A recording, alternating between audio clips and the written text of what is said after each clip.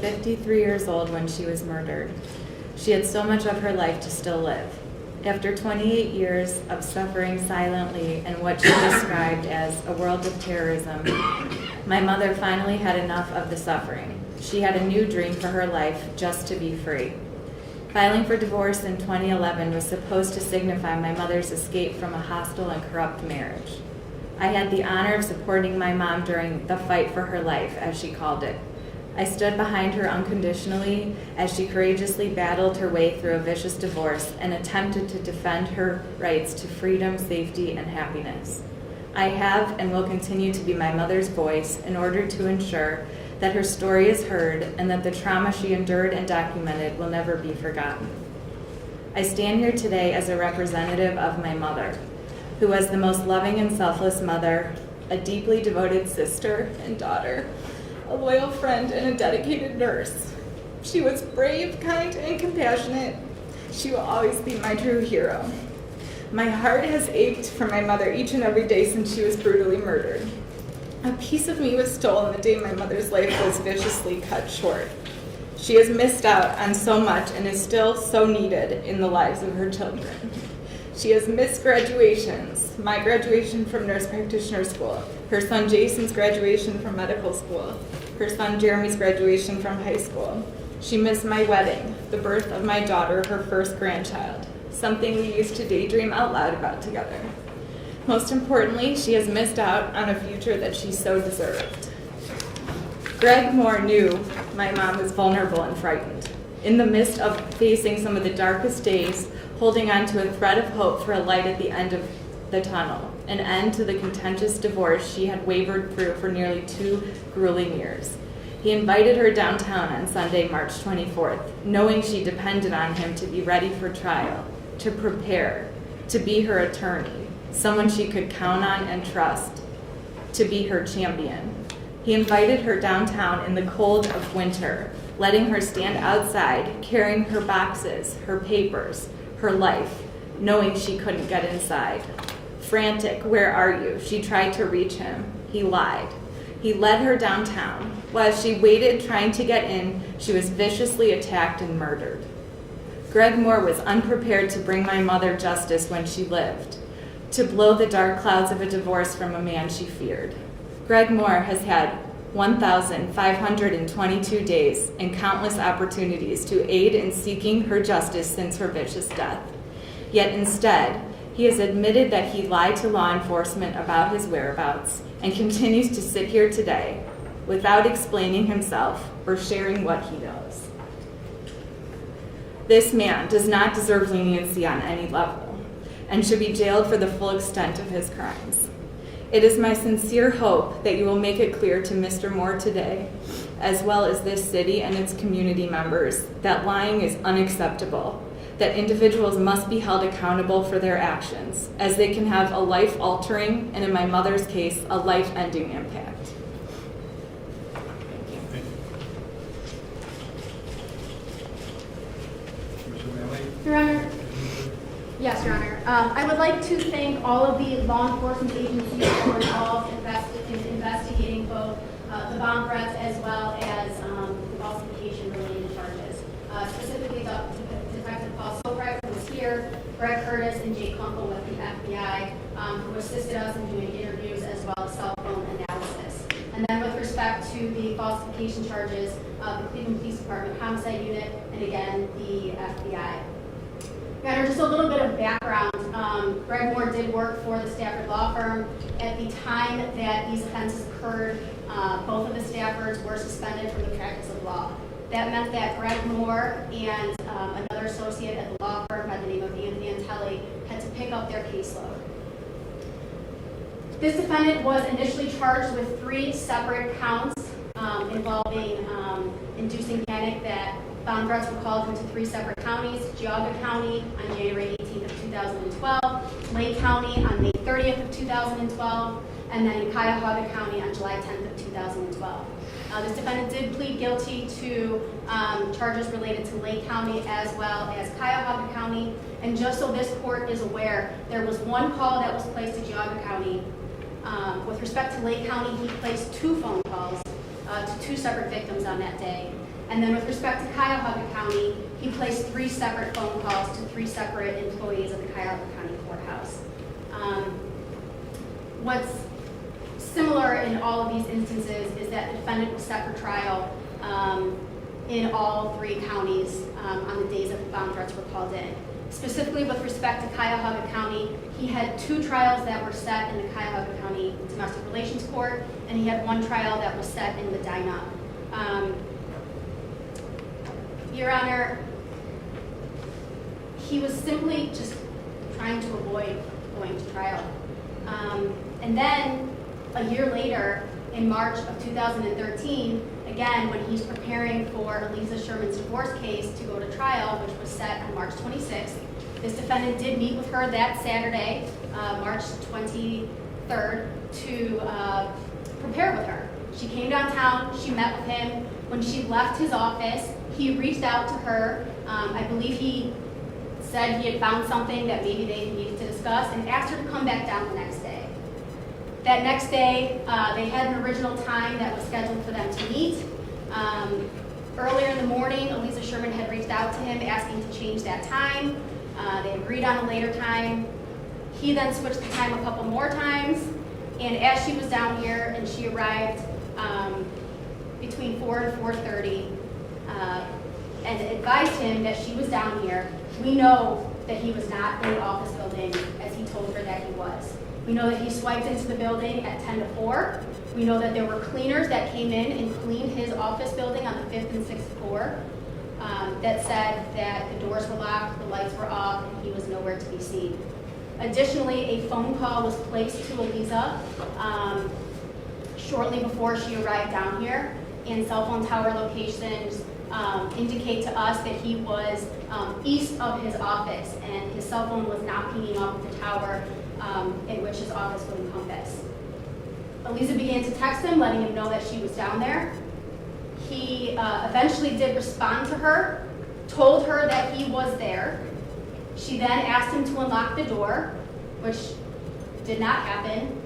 And seconds after she informed him that she was going back to her car because it was too cold outside, she was stabbed 11 times. We know that the defendant then did check back into the building at approximately 7:30. Prior to then, he was constantly reaching out to her, trying to find out where she was, why she didn't show for their meeting, and that went on until approximately 10 o'clock at night. The following day, detectives with the homicide unit of the Cleveland Police Department reached out to Mr. Moore, and he essentially lied to them and claimed that he was at work in his office that day.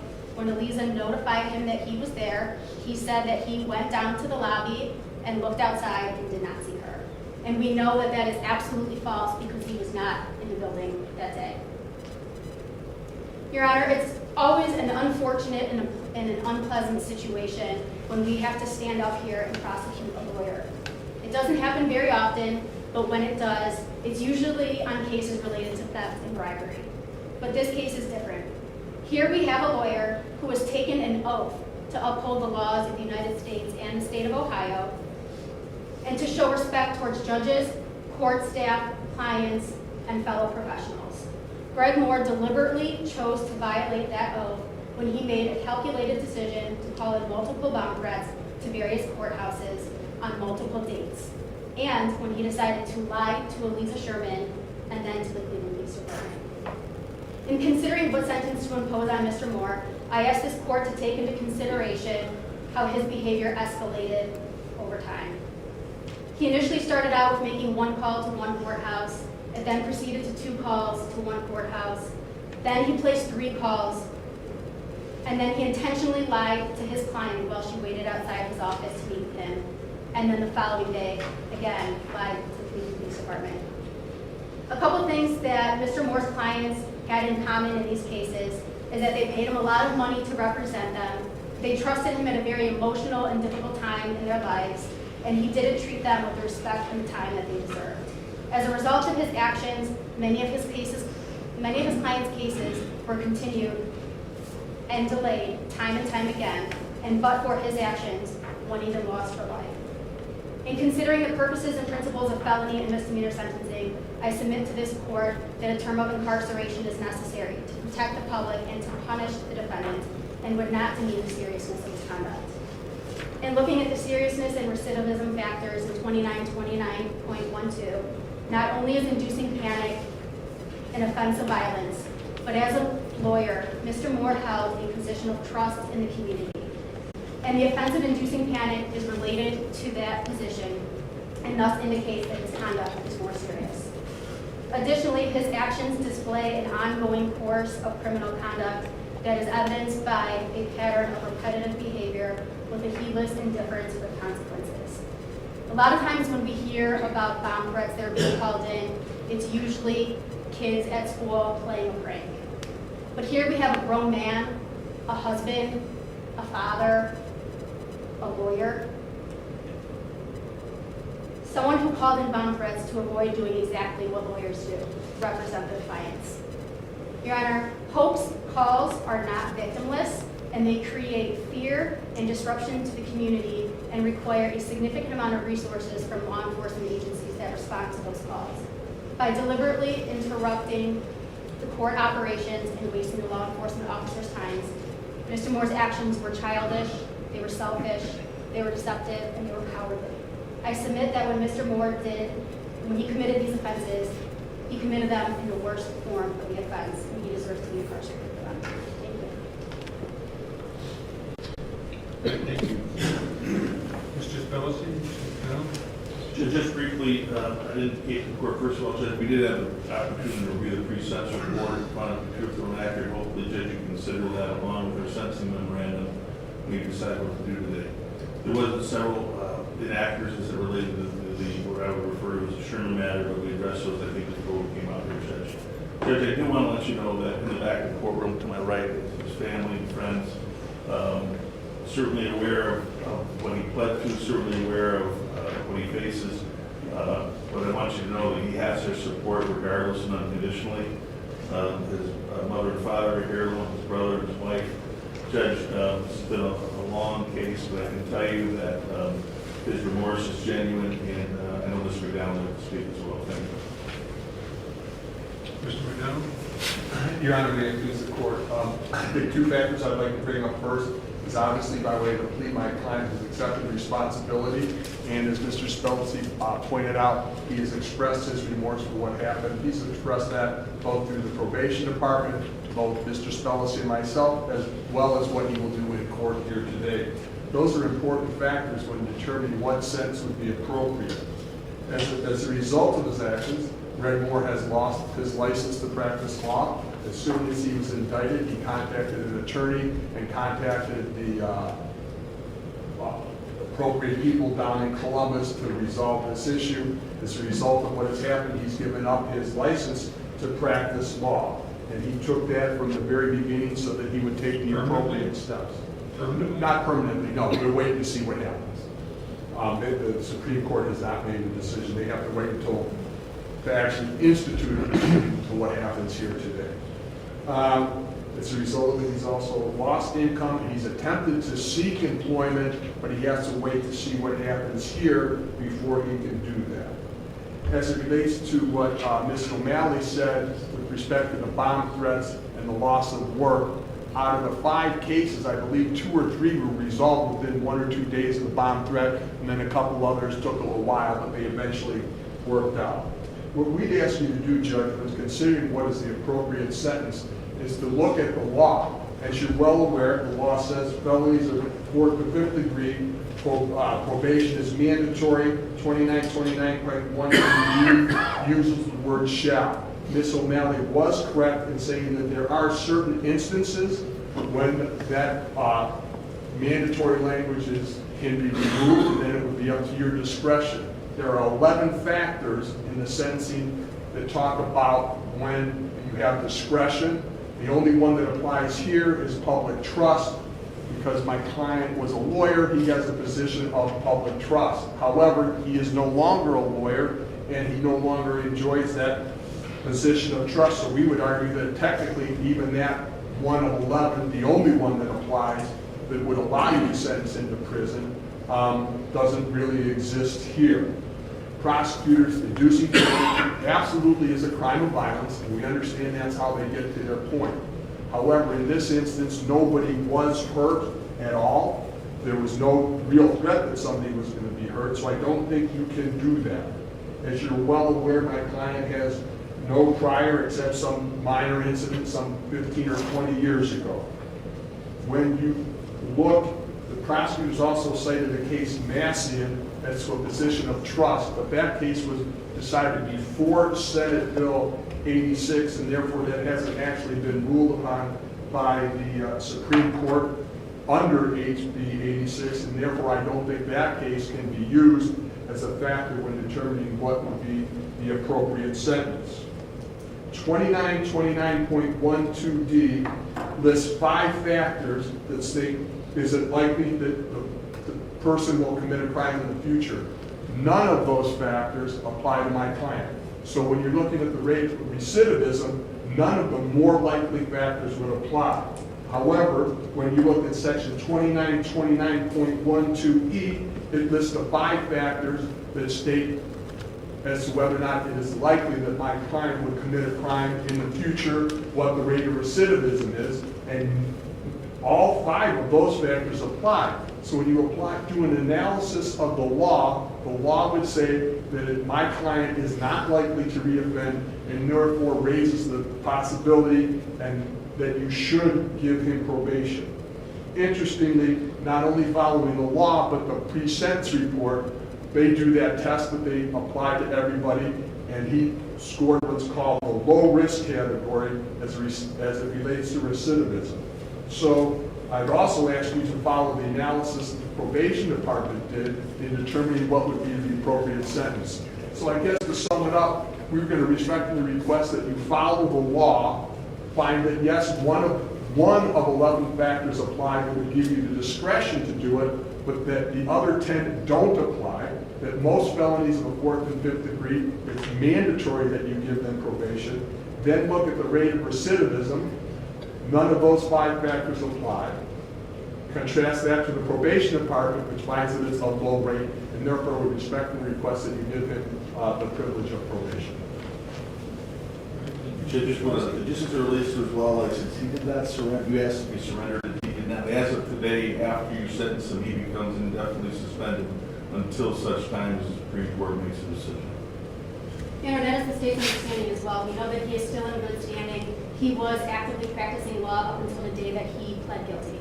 I don't know if he's been practicing since then, but the Supreme Court and the Disciplinary Council are well aware that he has this pending matter, and they will handle it once sentencing occurs. Thank you. Mr. Spells, Mr. Donald, anybody else speaking? No, Your Honor. Judge, we submitted a number of letters on behalf of the read them.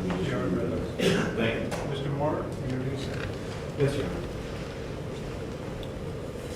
Your Honor, I stand before you today, and there's not a day that's gone by that I haven't regretted the decisions that have affected a lot of people's lives in regard to people that are here with us today and people that aren't. I regret the decisions, Your Honor. There's not a day goes by that I don't. I understand that my livelihood as an attorney, those days are in all likelihood over. I don't think I'll be able to ever practice law again, and that comes at a great loss. And it's something that I've loved and enjoyed for about 15 years of my life. I stand here today with my heart in my hand, Your Honor.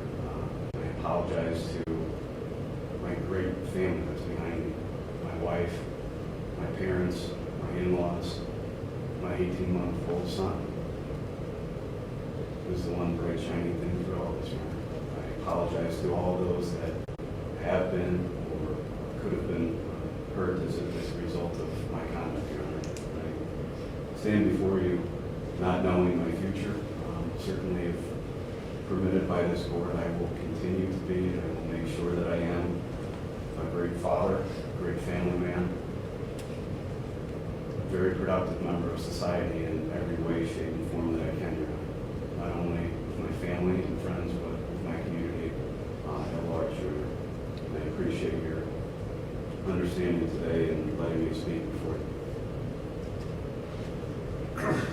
Thank you. You know, this court has great respect for the domestic relations bar. Prior to becoming a judge, I practiced in domestic relations for 24 years. I was a member of the American Academy of Matrimonial Lawyers. I know it's a difficult position, but you know, these are true lawyers. These are people who take people in their most severe crises in their life and try and lead them through so that they have the ability to be parents to their children together, to be able to have a good life, to be, you know, go forward and find the things that, you know, will benefit them in the future. Some attorneys in the domestic relation practice cause more havoc than good, and make a practice of doing that, and that's a bad thing that happens, and it denigrates the entire practice. And I think that what you did here is, you know, is one of the worst things that possibly you could do. You've taken anything and everything that an attorney stands for and has turned it upside down and just lessens everybody's respect and everybody's opinion of attorneys in general, and certainly the domestic relations bar. As to count 3, misdemeanor of the first degree, the defendant will be sentenced to 180 days in county jail. These are to be served as follows: starting at 9 o'clock on June 1st, 2017, and for 90 consecutive full days in county jail. Starting on the Monday following the second Sunday in September 2017, and each month thereafter for 12 consecutive months, starting by 9 o'clock a.m. on that Monday, 7 full days each month. That'll be a total of 6 months, or 180 days. He gets 2 days of jail credit. He'll also have electronic home monitoring on the weeks that he is not serving his incarceration for those 12 months. As to count 9, felony of the 5th degree, he'll be placed on 36 months of community control. He'll be under basic supervision. He'll have 150 hours of court community work service. He'll have electronic home monitoring on the weeks that he's not serving local incarceration. He'll have random drug testing, arrested if positive or to dilute, obtain and maintain verifiable employment. He'll have local incarceration for 6 months pursuant to revised code section 2929.16A2. Starting on June 1st, 2017, at 9 o'clock a.m. and for 3 consecutive months, starting the Monday following this, for that part of local incarceration. Then starting on the second Monday following the second Sunday of each month for 12 consecutive months, starting in September, and each month by 9 o'clock, 12 for 1 full week each month. That'll be a total of 6 months. He's also have a mental health examination and take all prescribed medications. Defendant is to report this conviction to the Ohio Supreme Court forthwith. He'll do 150 hours of court community work service, and as indicated that that'll be shared with in count 11. Count 11 is a felony of the 4th degree. Again, 36 months of community control. He'll have basic supervision. He'll do 200 hours of court community work service. That's a total of 350 hours between counts 9 and 11. And 1/2 of each hour of the first 300 hours of court community work service will be applied to each count. Thereafter, will be applied to count 11. He'll have random drug testing, arrested if positive or to dilute, obtain and maintain verifiable employment. He'll have a mental health examination, take all prescribed medications. The defendant is to report this conviction to the Ohio Supreme Court forthwith. If he violates in counts 9 and 11 his community control, he'll receive in count 9 12 months of incarceration in prison, count 11 18 months of incarceration, Those run consecutive for 30 months total. He'll also pay costs and fees. Is ordered to pay costs and fees if he fails to do so or pay according to an approved schedule. Then the court could order to perform up to 40 additional hours of court community work service per month at the current rate of $8 per hour until such times that judgment is paid or the default of the schedule is brought back into compliance. Each completed hour of court community work service will reduce the outstanding balance, and the hourly rate could change. Ms. O'Malley, is there anything you overlooked?